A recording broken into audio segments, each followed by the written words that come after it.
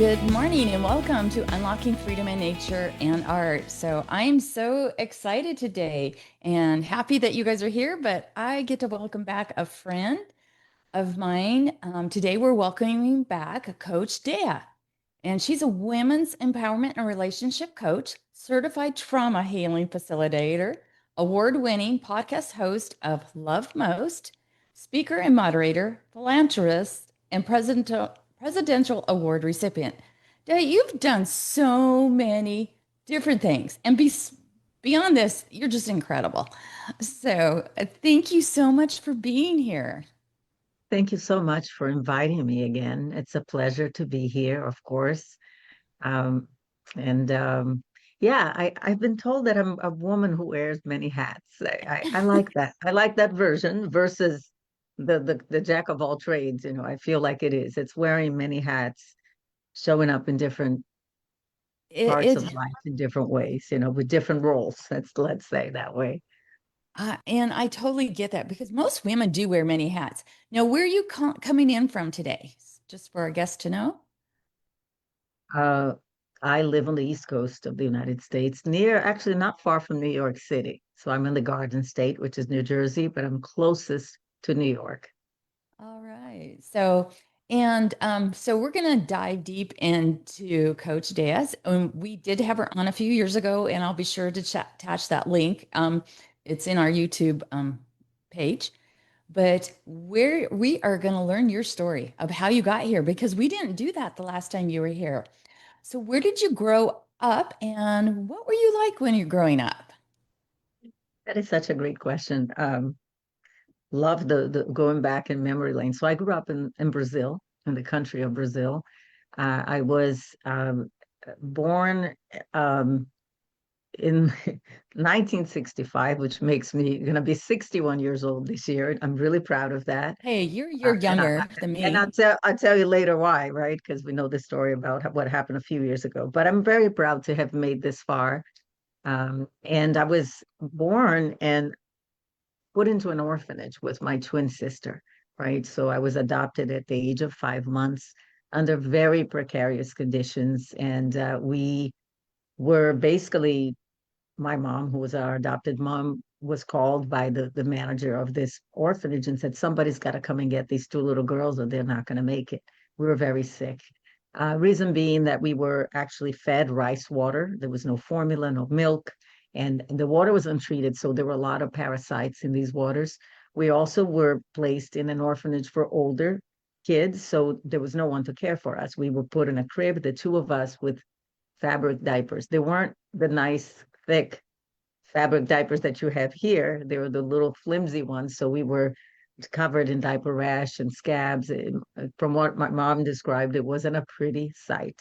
But we were adopted at 5 months. We lived in a hospital for a whole month back 61 years ago. Where we lived, they did not have a NICU. We were placed in incubators, and we were together on the corner of the ER. And that was done because my mom was a dentist and one of her colleagues' husband was the hospital administrator in the town that we lived.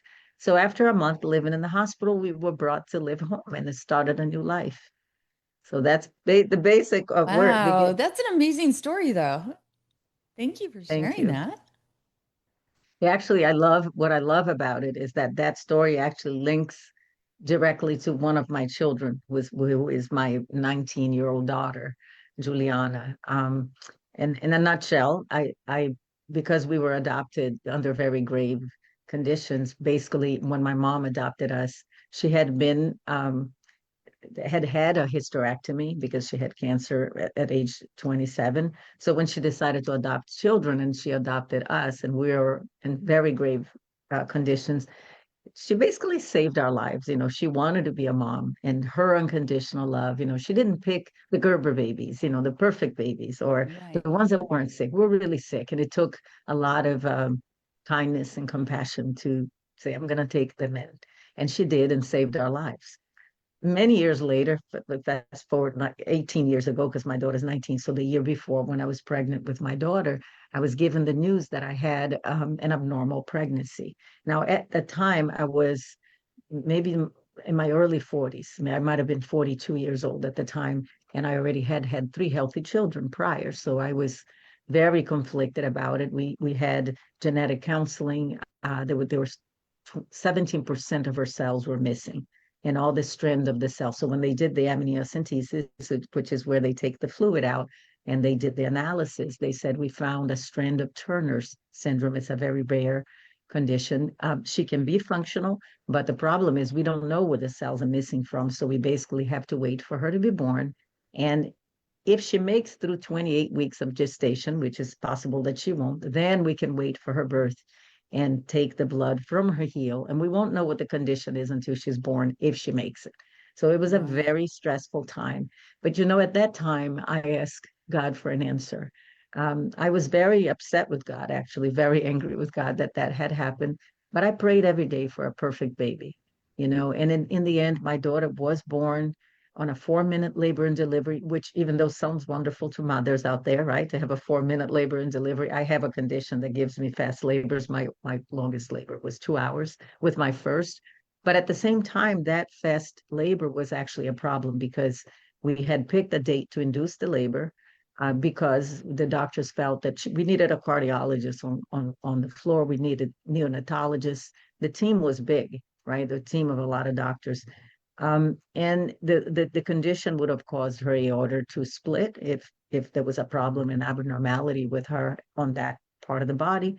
We did an echocardiogram during the pregnancy. A fetal echocardiogram is extremely difficult because the baby's so tiny at that time, right? And we really couldn't see anything. So they said, okay, we're going to have to wait and see what happens. So we knew the due date, and we said, well, this is your 4th child. You're probably going to go earlier. So let's set the date for 2 weeks prior to the due date. They did, and they said, well, that would have fallen on a Saturday, so let's move it up to a Tuesday. Don't have the baby on the weekend. Everybody's on call. Nobody's at the hospital. And that's what happened. I went into labor. I actually didn't go into any labor. I felt like pressure on my hips, and I said, oh, I wonder if the baby's descending. Went to the hospital to check it out. Within being there, maybe by the time I changed my clothes, I felt a little bit of a pressure. I said, I have to go to the bathroom. And they said, no, no, no, don't move. And the water broke, and she was born in 4-minute labor and Oh, delivery. wow. It's a Now, good thing you were there. yeah, imagine the panic, right? We have a team of doctors, cardiologists, neonatologists, the pediatrician, the obstetrician, and other abnormality specialists, right, to handle the birth of this child, and no one was there. One of the neonatologists happened to be in the basement in his office, and he said, I got the text that he needed to come in and do an EKG first. And then later on, we did the echocardiogram again with the cardiologist. But he came upstairs and he did the EKG. He said, she looks fine. She looks like a normal baby. There was nothing of the characteristics we're expecting to see physically. We still need to follow up with the echocardiogram. Nothing really bad happened that weekend. We didn't find out until 2 weeks later when they took her blood sample that her genetic composition was perfect. And they said, well, it might have been something with the placenta. It might have been, but at that time when I was having the genetic counseling, there was a fear that I would have an abnormal child and how that would have impacted us financially or even socially, emotionally. And I asked God to give me the answer, and I prayed, and I remember that. If I get emotional, I remembered that the reason why I was alive is because my mom, you know, received me. And I remember that in that moment, all that God wanted me to do is to receive this child and not decide the fate of her life. It was the first time that I felt God is asking me to be here to receive this baby. I don't know what's going to happen. He's going to guide me through it. I prayed for a perfect baby every day on my knees. I would cry. I wrote a song for her called My Smallest Dream, a lullaby that I sang throughout my whole pregnancy and after she was born. And I didn't come close to whom she is today. My daughter was perfect. She was beautiful. She had blue eyes like her dad. Everybody said it's impossible for you to have a baby with blue eyes. She was beautiful. She never got sick. Didn't cry. She was amazing. And she was perfect in every way and has become such a beautiful young lady who is mature for her age and so spiritual and so incredible. I mean, I prayed for a perfect baby and I didn't come close. Science said one thing and God knew otherwise.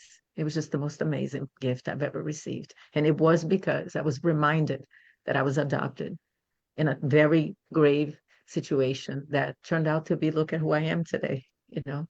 So That is amazing. And yeah, God, scientists don't know, doctors don't know, but God does know.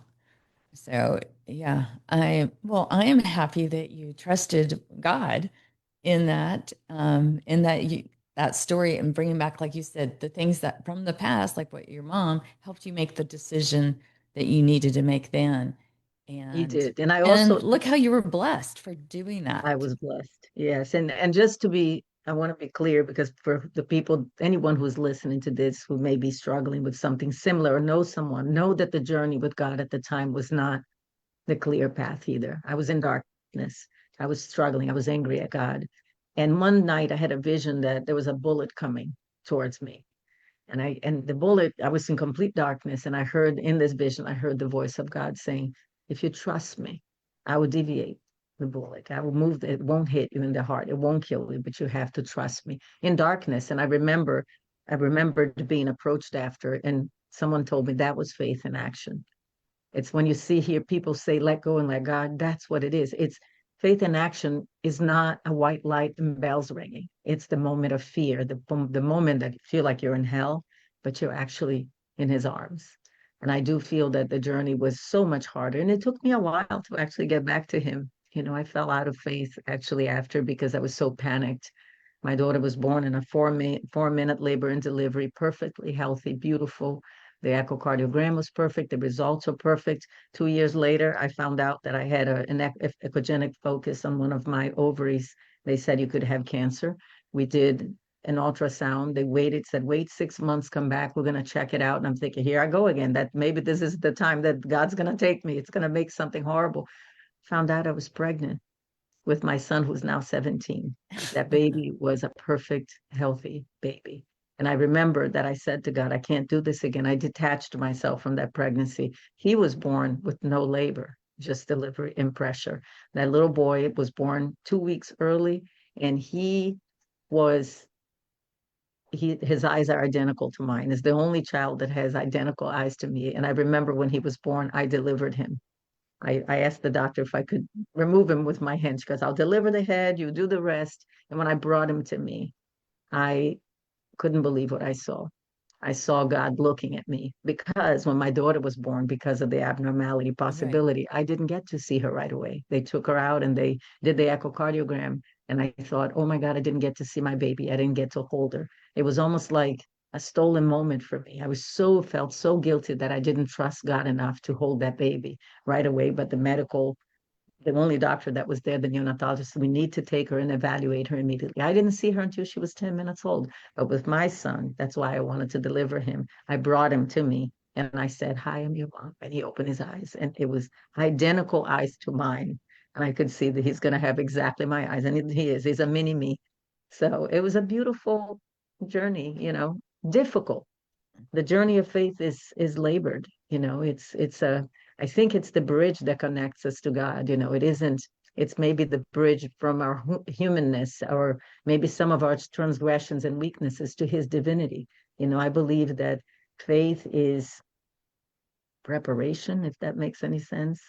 Yeah, it does because it takes a lot of faith and we go through a lot of struggles, and sometimes it may not seem like something to somebody else, but to us, it's the world, and just thinking back to when I had my girls and all the struggles, because I was a high risk pregnancies and stuff. Um, it's hard. And there was time I was on my knees praying all the time, you know. So I get it. So I'm thankful that your kids are all healthy. So what were you like as a high school kid? I'm taking you A bit back of again. a bit of a nerd, to be honest. I was a bit of a nerd. I was an avid reader. And I think this is why I now speak 3 languages fluently.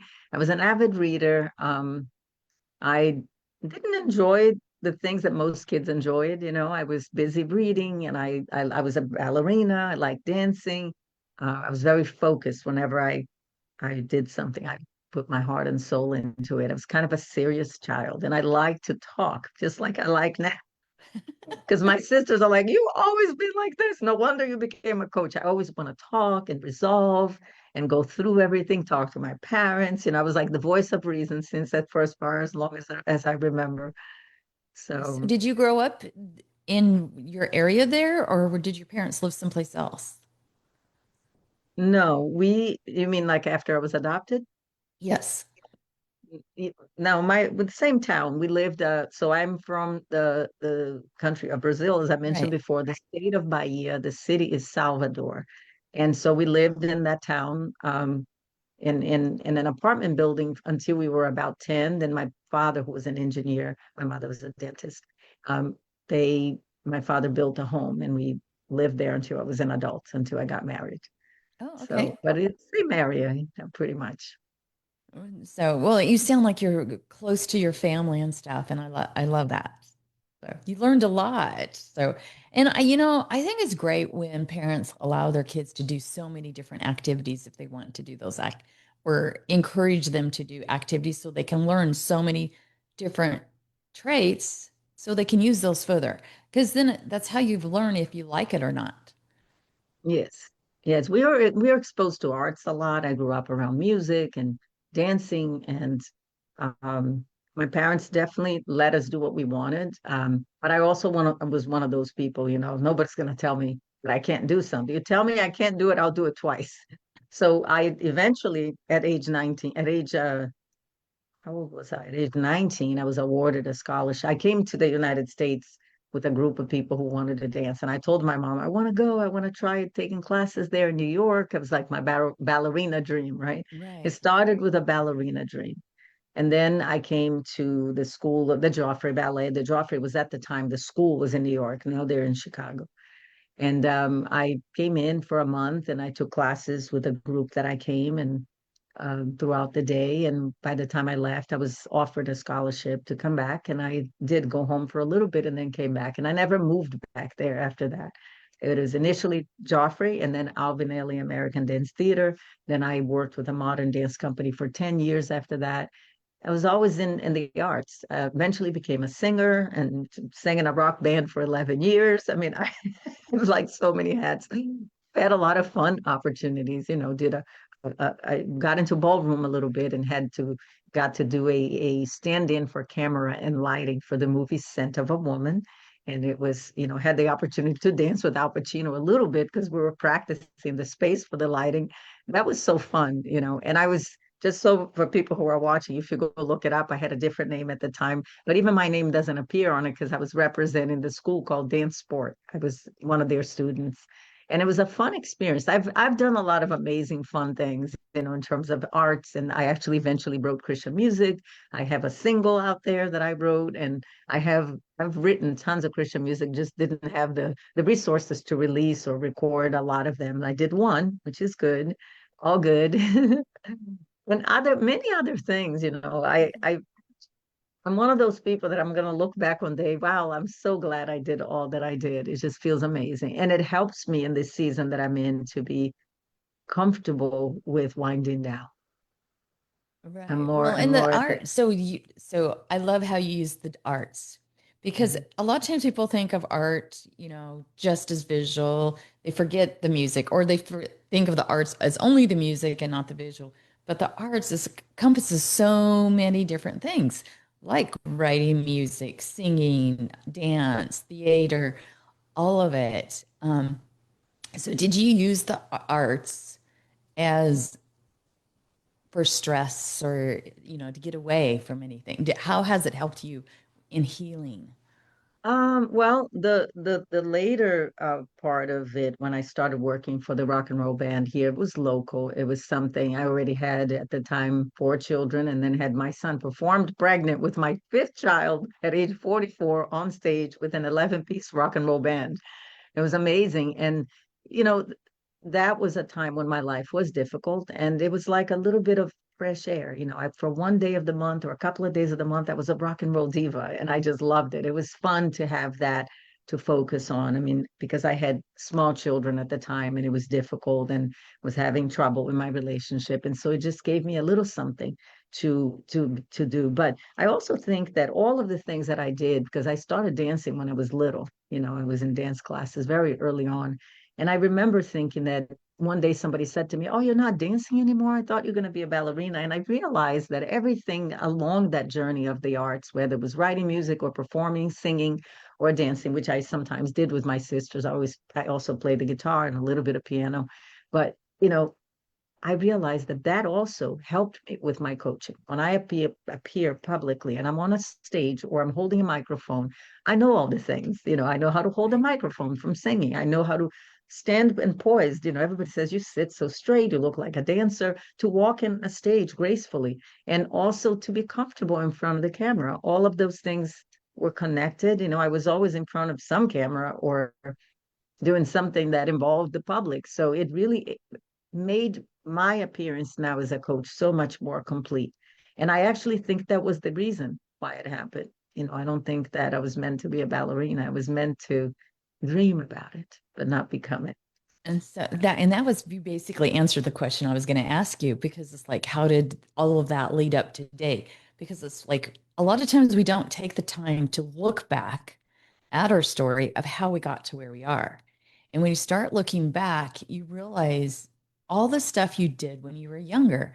It's kind of like I used to create stuff and draw trees my whole life since the time I was 3, and Mhm. create stuff. And, or when you go through those things, like, because I used to model as well, but it was to help me to get out there, to speak in front of people more, just to do those different things, like you said. And I love your story. There's just so much depth to it. So, next question for you, my friend. For women who say they're fine but feel stuck, what's usually underneath that?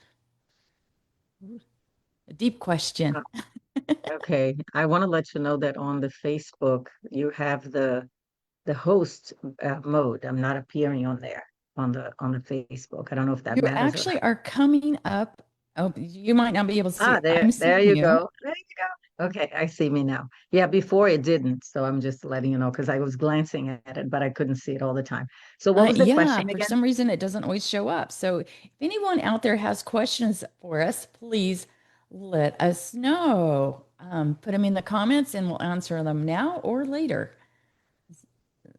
So yeah, actually, yeah. So actually, I'm going to ask you a different question.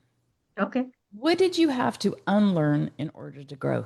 Was there anything you had to unlearn? I did. I had to unlearn a lot, but the main thing I think that was vital to where I stand today was language. The language that I was using to describe myself, describe my journey, describe what I thought people thought of me, describe what happened to me. you know I over time, I think, between my faith and some of the personal work that I did before I even became a coach, I had to do tons of therapy and tons of coaching, meaning being coached myself, read lots of books, lots of self-help books. But there was something that actually really impacted that, and it was when I remembered the time when I asked my mom at age 4. I went to my mom, who was my adopted mom, and I said, where did I come from? Right? Because I was actually trying to figure out what my identity was as an adult. This didn't happen early on. This is as of the last 10 years. And so I was thinking about my identity. Was I a person who was so concerned about my image? My image impacted the version of the image that I thought I was, impacted me so much. It was negative. It was, I need to fit in. I'm different. I'm this, I'm that. Where's my identity from? And I started searching, in order for me to change the language. The first thing that I remembered was at age 4, I went to my mom and said, where did I come from? And my mom took a book that was the equivalent of The Birds and the Bees, right? But just another version. Two people lay together in a bed with a pot with a little flower in it. And that night, the little flower has a little seed from the top that falls on the bed, crawls into the mom's belly button, and there's a baby. That was the version. After she read the book, she put the book away. The title, the translation would be, Where Do Babies Come From? And she said, sit here with me. I have to tell you about you. You didn't come to me that way. Says, I went to get you from somewhere. And I said, where? And she told me, well, you and your sister were in the crib at this place and you needed to go to the hospital. You were a little bit sick. I said, I wanted you to be my daughter. I chose you. So I grew up, I was chosen. That was my identity. I was chosen. And so I started to think of ways that had molded me over time. I never looked for my adopted parents. I don't think that they knew who my father was. I think my mother, I found out this years later. My mother was actually a prostitute, from what I was told, that she was not someone, and also that she had died in childbirth. So we really didn't have any. At least that's what I was told at some point. But I was already almost an adult when I found that out.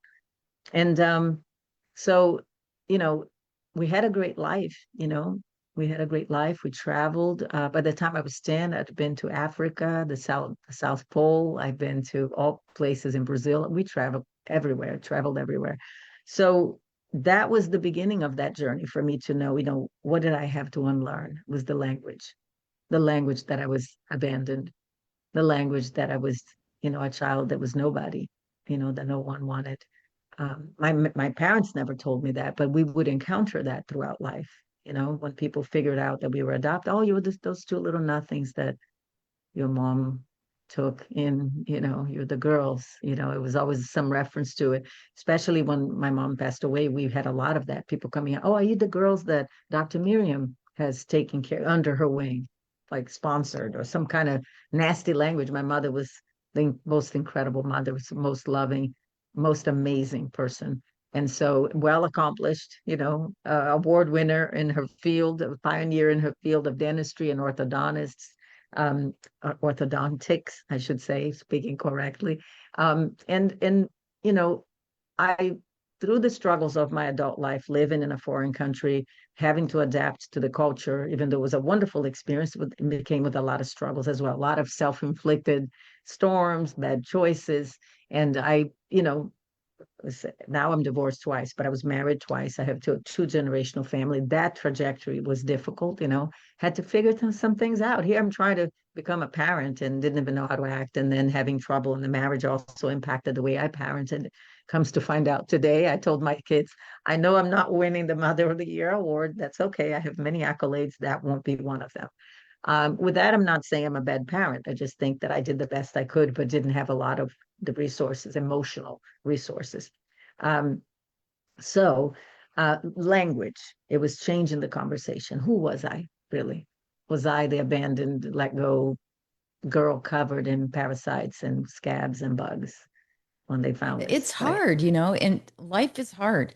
And a lot of time we are the first ones to self critique ourselves, and we critique ourselves. That's why it's good to put ourselves in groups or around people that are inspiring and encouraging, right? Instead of Yeah, that no, negativity, absolutely. especially if you're going through like a bad marriage or something, because a lot of times people will make choices and they don't realize it affects everybody around them. And it's kind of like what we were talking about earlier is like you and I choose not to watch the news because we don't want to be influenced negatively. We want to start our days positively, and be inspired and inspire others. But when somebody wakes you up or is negative all the time, that's hard. And you start defaulting, or you might react in different ways that you wouldn't normally react, but after a while you just get so tired of it, right? It's Right, right. And also, I think that the important thing about language too is we ought to be saying the right things and the good things to ourselves. I think what matters most is what we're saying to ourselves about ourselves, not what the world think of us, not what the neighbor thinks of us. I think it's so right. important to really be mindful that, even though things happened, there was trauma, betrayal, hurt, poverty, all kinds of things that happened, racism. I was victim of all of it, right? And some of which I will say, I was a victim of my own self-inflicted storms too. That being said, though, the most important was what was happening in me. I needed to change that for myself. I needed to say different things to myself about myself. So language was powerful, and I learned to acknowledge that, yes, in spite of my struggles, it's not the story of the triumph. I had had many triumphs, many accolades. I'm an award-winning podcast host. I'm one of the probably the biggest grant to date to a startup company by Kimberly Clark Huggies by creating a mom and baby product, back in 2010. Amongst the national contest, 12 people get chosen. I'm one of them. And I was like, in the worst time of my life, too. Presidential Award by participating in a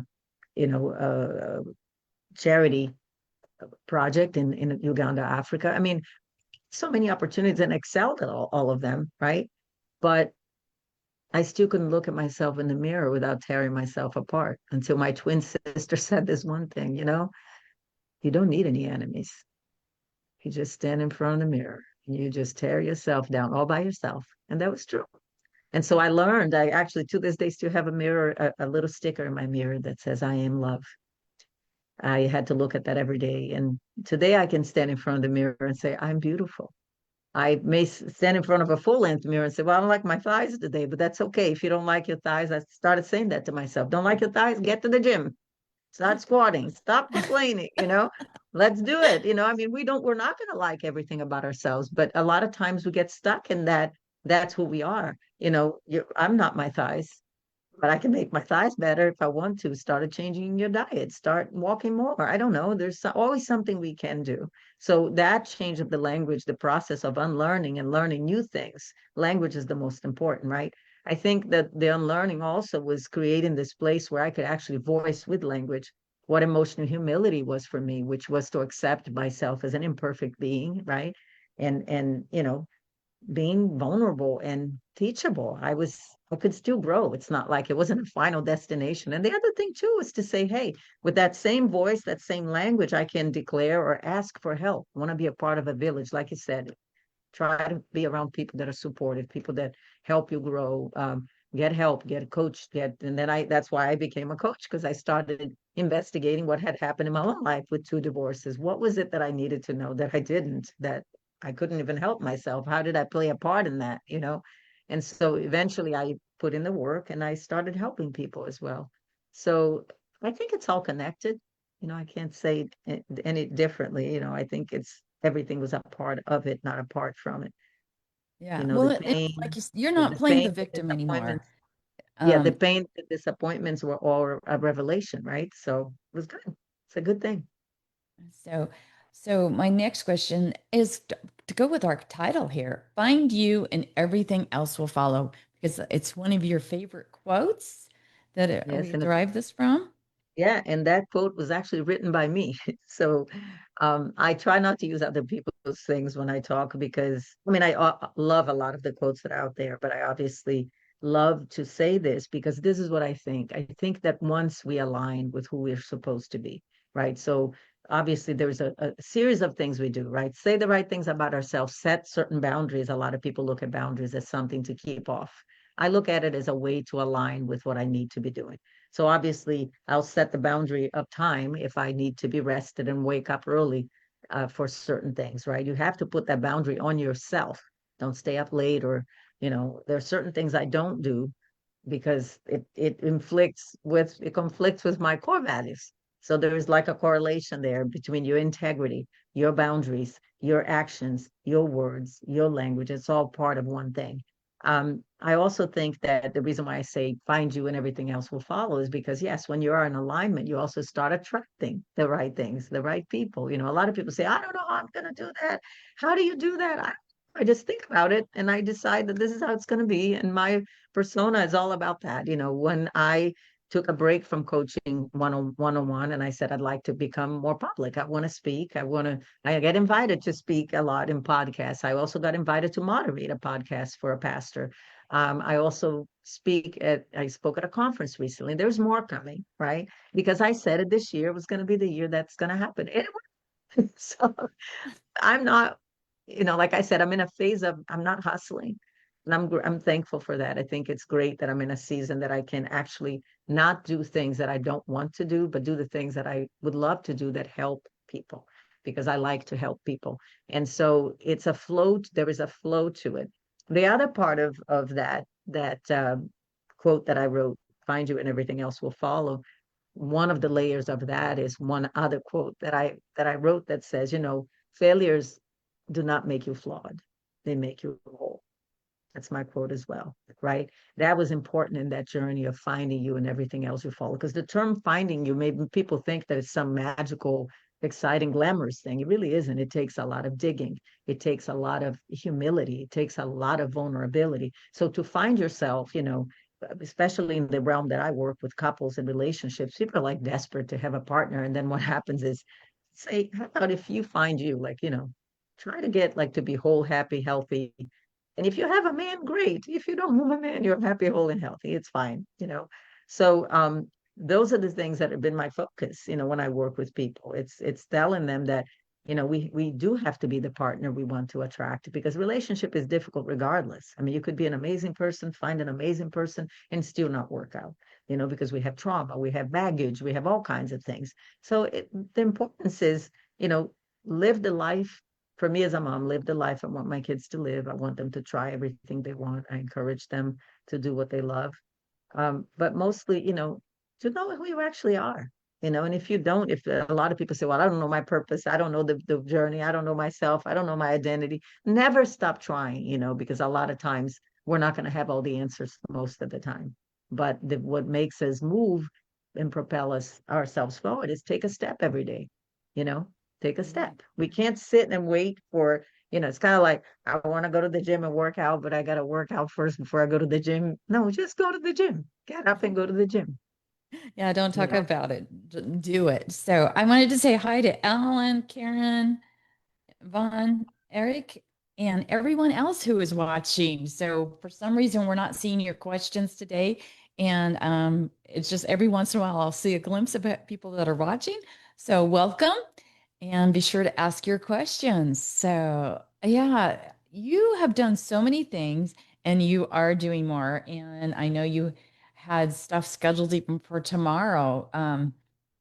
Which is awesome. So now, are you pursuing doing a lot of modeling right now, or just the public speaking parts? Yeah, just public speaking. I think the modeling was just an opportunity. I've worked with them Well, you're before. beautiful, so I totally Oh, see thank you. it. I worked on a segment a few years ago with the Today Show for an injury that I had, and I was using a product to help me, and that's how I met these producers. I was also on Channel 11 News on a segment with two journalists from the Huffington Post, um, Denise Albert and Melissa Bernstein, and I went on two different shows, and this is before I was a coach, to give my perspective as a mom. It used to be called Mom Said, Mom Said. It was primetime TV, 8:30 in the morning. It just so happened that I had met them in an event when I did my products, my Mama Taco Towel. And believe it or not, they said, "Oh, we're looking for a mom. It's the first time we have a non-celebrity mom to come in and give us some perspective on some things." I went and got invited to go a second time. I was the only mom that got invited twice. And so I had my little bit of experience with TV on prime time. How my heart was pounding when they put their microphone on 30 seconds to go. And I'm like, great, I don't even know what I'm gonna say. I mean, I kind of knew the topic, but I didn't really know the topic. So it was great. So I met one of the producers doing that. So I always have stayed in touch with them and said, hey, if there's ever anything, count me in. I've come and visited the show, watched some special shows in person. And so just recently she says we wanted to do something with modeling. And it was for a specific thing that actually I believe highlighted women post 50, like 50 plus, and how they wear lace. It was, I think that was the segment. It's just they're trying to encourage women to, you know, dress in a certain way, but it could wear in a way. I'm assuming it's going to be a classy way, right? Because it's over 50. But it was interesting because I was called, oh, we're looking for women over 50. I said, well, I'm 60. I'm almost 61. Does that work? So It was yeah, so so I'm looking funny. forward I to. don't They know if you postponed it, but did you run into this. So when I turned 40, I had people telling me, "Oh, when are you going to cut your hair and stop dyeing your hair? Just let yourself go and stop wearing makeup." And I'm like, what are what? you Yeah, talking about? That is not me, or you hear these people say, well, you're not being authentic if you go and you do stuff with your hair or take care of yourself. And it's like, since when? That's my personality. I have always taken right. care of my skin and I always will continue taking care of my skin. But I'm sure, did you ever hear that, growing up? I mean, Well, a couple of things. I mean, the skin, I think for me is more genetics.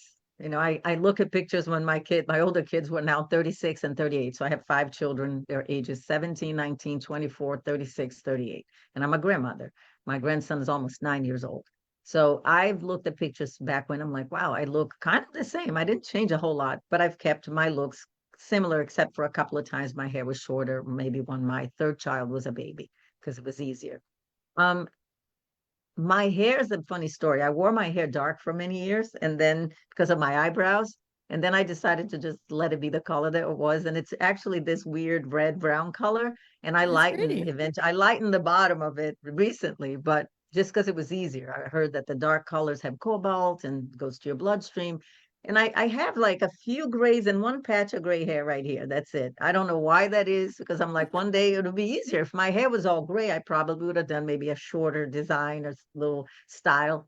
But I, like you, I've been told you should just cut your hair, and my hair is really long like yours. You should just cut your hair and get a bob and let it go gray. I'm like, no, I don't think so. I don't think so. I did hear that. Well, But I I was mean, it's so uneven, my hair, that it doesn't even matter. I wouldn't be able to accomplish that. I actually would have to dye my hair gray to have it all be gray. But what's funny, genetics. and I would too, but is I've seen a lot of more modeling or different stories about that, how women today are taking care of themselves more. That's what, and they're doing stuff with their hair. They're still thriving because women, just because it was like an era where, it's like, think about a long time ago, they didn't think women should be allowed to wear pants or, just those different funny things to us now. But it's like when we're able to, it's like, no, who said you have to cut your hair? That it was just a time period where it's like I look back at like my mother-in-laws and grand grandparents that did, and then other ones that didn't. But it's just funny looking back at the time. And then was reading some different articles about the different women growing their hair out, the movie star actresses and different things. And so when you were talking about the Today Show, the modeling thing coming up, about them showcasing different women at different ages. Now, that's what I was like, oh, I wonder if that's kind of where they're going with it. So I have no idea. Yeah, it's just women over 50 and how they can wear lace at any age. Was the title. And I think they said they're gonna do it at a later date. So it was something internal, nothing to do with me. I was ready to go. Send me in. I'll go. And then, more stuff will come. I'm gonna be doing something in the near future, something else as well. So, but yeah, no, and it's a great time to be just who you are, be authentic. I feel like we don't have to, I don't fit in any pattern, to be honest. I never was a part of any mold. I was the mutt from Brazil who said goodbye You're, to my family at age 19, came here, went through so much stuff. I'm a mom of five. I mean, I've done so many things in my life, and I never really put myself in any box. you're, I you're, did. you're a lot like me. Yeah, So if you it's like, no, said I'm don't going to do it, do. yeah, they said don't do it, you can't do it. I'm like, I'm doing it twice. Like, don't tell me what to do. I'm gonna do it twice. And I did it. I did so many things to the level that, everybody said, how do you do this? How do you get all these? I don't know. Somebody asked me something. Hey, do you want to do a perfect story? I wrote so I had gotten the award for the Huggies. That's how I got the award for the Presidential Award, because somebody said, if you can sew, you made your own prototype, would you be interested in manufacturing these feminine cloth pads for the girls in Africa? That was the project, the pads for schoolgirls in Africa. I said, sure, try. I mean, I just met wonderful people. The organization was Humanity Healing International, and I worked with them. And one thing led to another, really. It was never, I mean, the story of my daughter, my pregnancy with my daughter, ended up in a book, because this friend of mine who had the organization was a dear friend from many years ago from Brazil.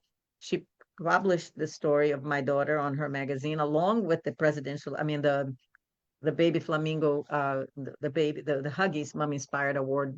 And they said, oh, we want to do this project in Africa. But I also, um, some ghostwriter from a famous writer saw my story and said, I want to put her in my book, Miracles and Moments of Grace, Inspiring Stories from Moms by Nancy B. Kennedy. She was the ghostwriter of Donald Neil Walsh at the time.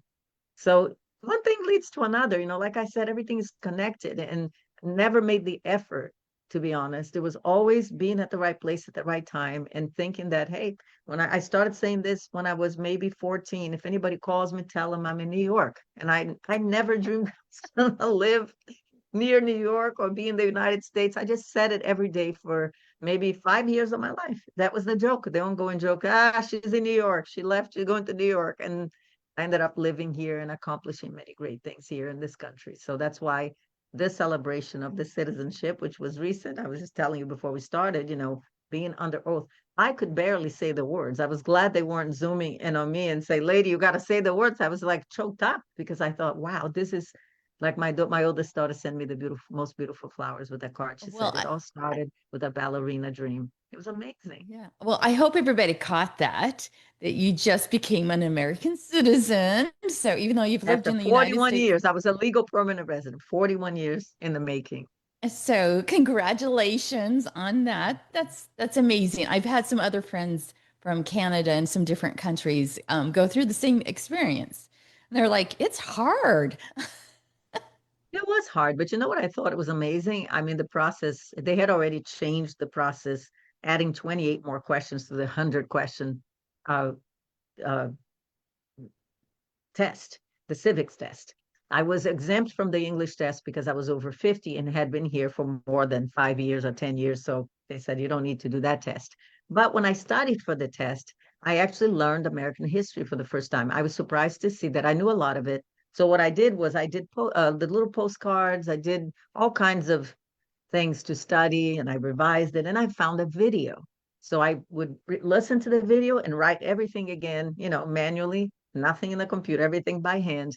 And eventually I would listen to the video the day before the test, 128 questions. I would listen, I would pause it, and I would answer and see if it matched. I knew 128 answers. So when I went for my test, they started asking me, and I knew this, if you're over 50, you only, if you're not over 50, if you're over 60, which I wasn't yet, um, you get to do 20 questions of the asterisks ones. There are 20 questions that are special questions that are marked. You only need to know 5 of those if you're Only over five? 60.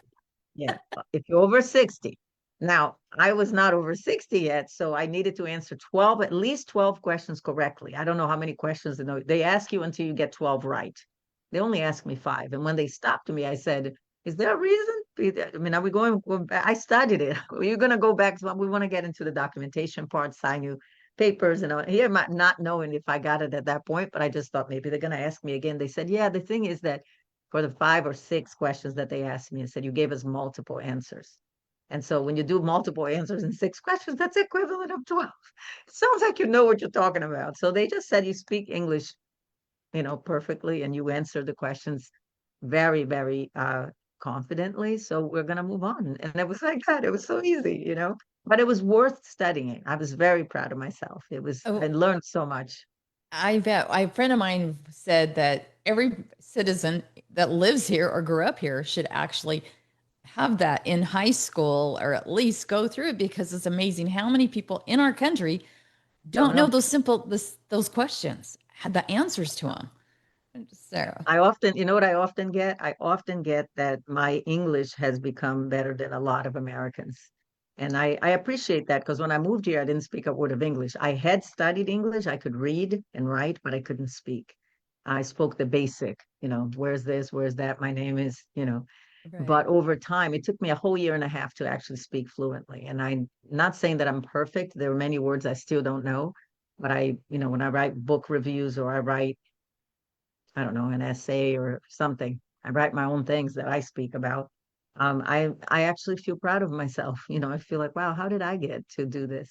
To be speaking a completely different language on daily basis. I think in two. I think in Portuguese and English simultaneously, which is sometimes not a good thing.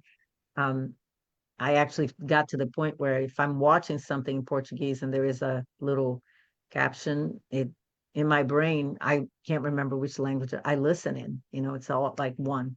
But I also speak Spanish fluently, but I don't write in Spanish. I only speak. So I can communicate well in Spanish. I studied French and Italian, but I think it's similar to Portuguese in many ways. So I don't speak it, but I can read it and understand it if I listen. So it's been a blessing, It's like there has been no limits, in the life that I lived. And I have to say that the story of the journey was powerful, so imperfect and so difficult at times. I mean, painful. If I only told you the things that the jobs that I've held, because I refused to, sell my body or do something for, you know, just for money, right? I had to raise children, and sometimes I had 3 jobs, part-time jobs, so I could put food on the table. And there were times when there was a couple of years of my life that I ate spaghetti every day with the sauce was from a can, not even a There jar. you go. I didn't eat meat because it was expensive. And there was a time when I was a janitor of the building that I lived in, because that was the only way to live in the place that I lived, because it wasn't clean, and I took it upon myself to clean it. So on a typical Friday night in my mid-20s, I wasn't out and about with my friends. My kids were with their father. I was already divorced. I was cleaning a 4-story building. I was the janitor of the building. And Friday night, I went to bed and watched a TV after, and I would stay up late because my kids weren't with me, and I would fall asleep after eating Chinese food and grape soda. No, not the best combination, but that's what I did. And I did that for many years. So, walking on stage and meeting people of importance, and having had the opportunities that I've had to interview people when my podcast was live. I was not even a coach at the time. It was Love Most, the podcast with Déa. And I had amazing experiences. Winning the award was funny because it happened a year after I was struck with COVID, and I almost lost my life to COVID. So it was all like, I remember at the time I was like, oh, I'm not well yet. I was supposed to launch the podcast, and my friend said, do it. Do it anyway. Well, who cares? Do it. But I can barely speak a full sentence without taking a breath. She says, we had decided to launch this. Do it. It was literally a year to the date when we found out that we had won the award. It's a year after post COVID. So, I always said, you know what? Just do it. Who cares? If you get something, you get it. If you don't get it, you don't get it. That's fine. It wasn't meant to be. That was the unlearning part. The unlearning part is don't control. Just do it. Go for it. Throw yourself head first, like I did many times. Well, your story has been so encouraging. And what I've found is the people that have gone through sometimes the most are the most, they're the kindest and most compassionate people I know, because you've gone through so many different things in life and those challenges, and you've overcame those challenges. You didn't stay the victim. You overcame the challenges, and I just love your story. And like you mentioned, our last time you were on here, you talked about overcoming COVID and nearly dying from that. And that was a great interview as well. So is there any last things you would like to say? The time has gone by so dang So fast here. fast, right? Yeah. Well, And I'd like to I say mean, hi to everybody else that's watching. I saw some more names pop up. Um, but thanks everyone for being here. Any last words? Are you still doing the podcast, and I know no, you're doing coaching. yeah, Um, I did 2 seasons of the podcast, and then I put it on hold a while ago, but because I was focusing on coaching and all that. But I'll say this as last words, because you mentioned something about the time going by so fast. What I want to say is just enjoy every second. Is every second counts. That's something that I learned from the experience with COVID, when I was not able to breathe or speak, or and all I could remember. I don't remember a whole lot, to be honest, because it was so bad, but I did remember thinking about my children and what was going to be like that moment for them. And I think that when I came out, it was almost like it took me a while to actually get out of that state that I was in. I was sick for 67 days, and then it took time to recover. The breathing, 4 months shallow breathing.